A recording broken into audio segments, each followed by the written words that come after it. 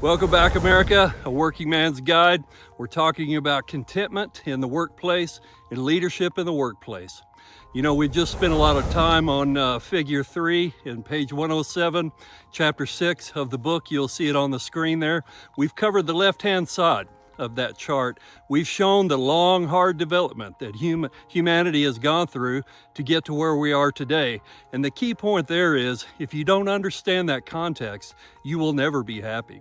The only way to find purpose in the workplace is understand what goes on, why it goes on, what has gone on before us, what's brought us to the place we are today.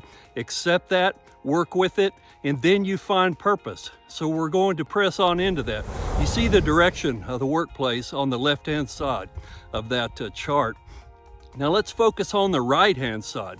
There's very important information there you can see associated with each major step of development through the economy.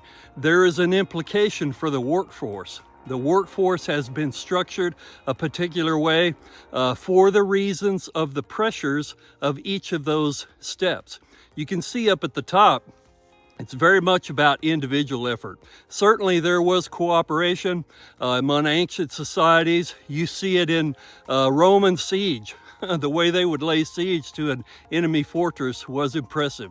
You would see it in the Phoenician sailing methods. They were amazing in their naval capabilities. But those things were the exception. And of note is the societies that mastered teamwork actually had an advantage over all societies around them. It was a major advantage.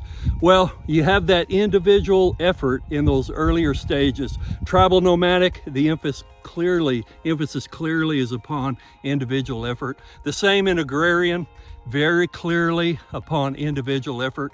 And I can speak to that personally. Melissa and I grew up in that agrarian phase. You could go for a week or two at a time and not speak to another human. You would work largely on your own. You would fail and succeed largely on your own effort. And that's the thousands and thousands of years of history of human development were focused on individual effort. But that was not to remain so. That was going to change. And I'm going to speak very clearly about those changes as we go forward in the next episodes.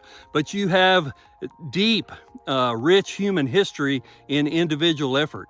And then we start to see a change as modern economies develop. We'll get into that next. Look forward to it, America. Take care.